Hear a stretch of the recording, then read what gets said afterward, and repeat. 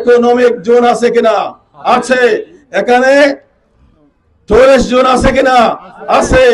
Naf tourism park আছে কিনা? আছে। সবগুলো আছে। কে শুরু করেছে এটা আমার প্রয়োজন নাই। হয়তো বা কেউ বলবে যে সেটা আওয়ামী লীগ শুরু করেছে। আমার কথা হলো কে শুরু করেছে এটা আমাদের কাছে প্রশ্ন নয়।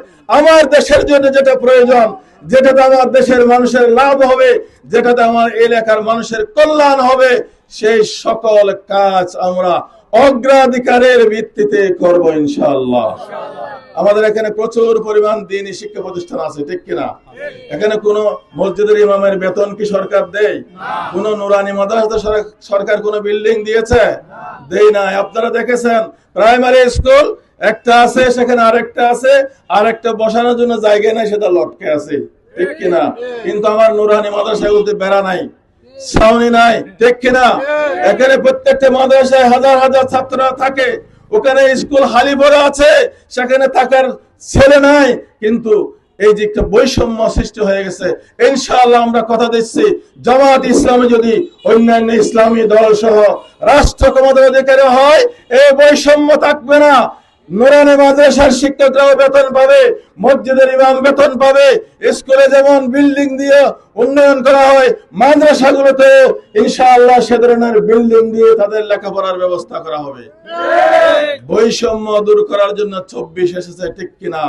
২৪-এর পরের বাংলাদেশে কোনো বৈষম্য থাকবে না, কোনো ষড়যন্ত্র চলবে না ইনশাআল্লাহ।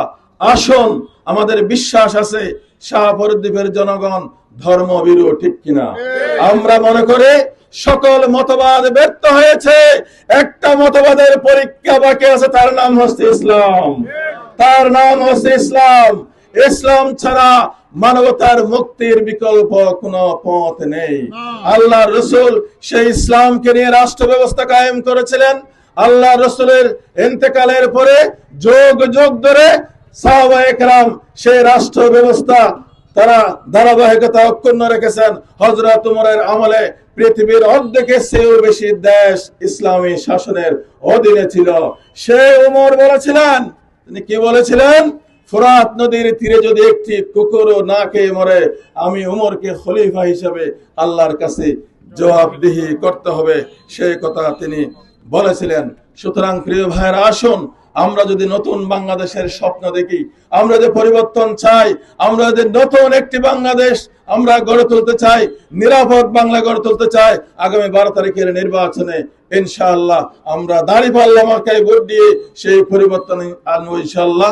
আপনাদের সবাইকে সাথে নিয়ে ইনশাআল্লাহ সে কাজ করব। আমার জন্য সবাই দোয়া করবেন। আপনাদের বাড়িঘর আমার মা বোনদেরকে আমার সালাম পৌঁছে দেবেন। আসসালামু আলাইকুম ওয়া রাহমাতুল্লাহি ওয়া বারাকাতুহু।